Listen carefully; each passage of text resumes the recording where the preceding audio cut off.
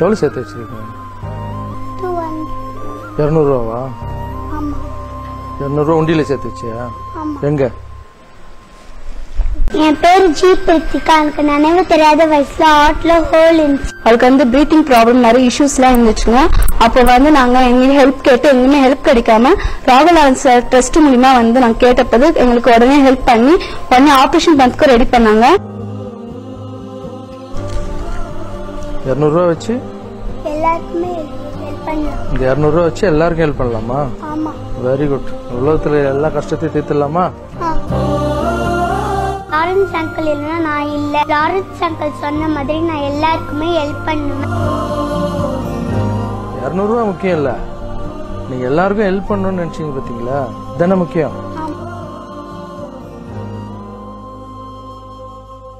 Lawrence uncle சொன்ன மாதிரி நான் எல்லாருக்குமே உதவி செய்வேன் அப்படின்னு சொன்ன குழந்தைகிட்ட எவ்வளவு சேர்த்து வச்சிருக்க அப்படின்னு லாரன்ஸ் அவர்கள் கேட்க கைய பிசைஞ்சுக்கிட்டே பொறுமையா 200 ரூபாய் வச்சிருக்கேன் அப்படின்னு சொல்ற குழந்தை. 200 ரூபாய் சேர்த்து வச்சிருக்கியா, உண்டியல்ல சேர்த்து வச்சிருக்கியா, இங்க காமி அப்படின்ற மாதிரியா கேட்ட உடனே கையில அந்த காசை கொடுத்துட்டு இந்த 200 ரூபாயை வச்சு எல்லாருக்கும் ஹெல்ப் பண்ண போறியான்னு கேக்குற கேள்விக்கு ஆமானும் அந்த குழந்தை பதில் சொல்றாங்க.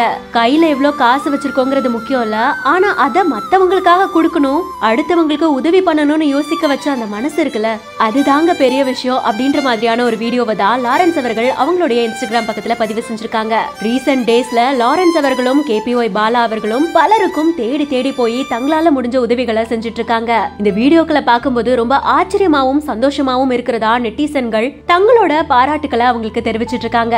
அந்த வகையில 18 மாச குழந்தையா இருக்கும் போதே இதய நோயால பாதிக்கப்பட்ட ஒரு சிறுமிக்கும் உதவி செஞ்சிருக்காங்க. அந்த சிறுமி தான் தன்னோட நன்றியை தெரிவிச்சது மட்டும் இல்லாம லாரன்ஸ் அவர்களை மாதிரியே நானும் எல்லாருக்கும் உதவி பண்ணுவேன்னு சொல்லி நிகழ்ச்சியை ஏற்படுத்தியிருக்காங்க.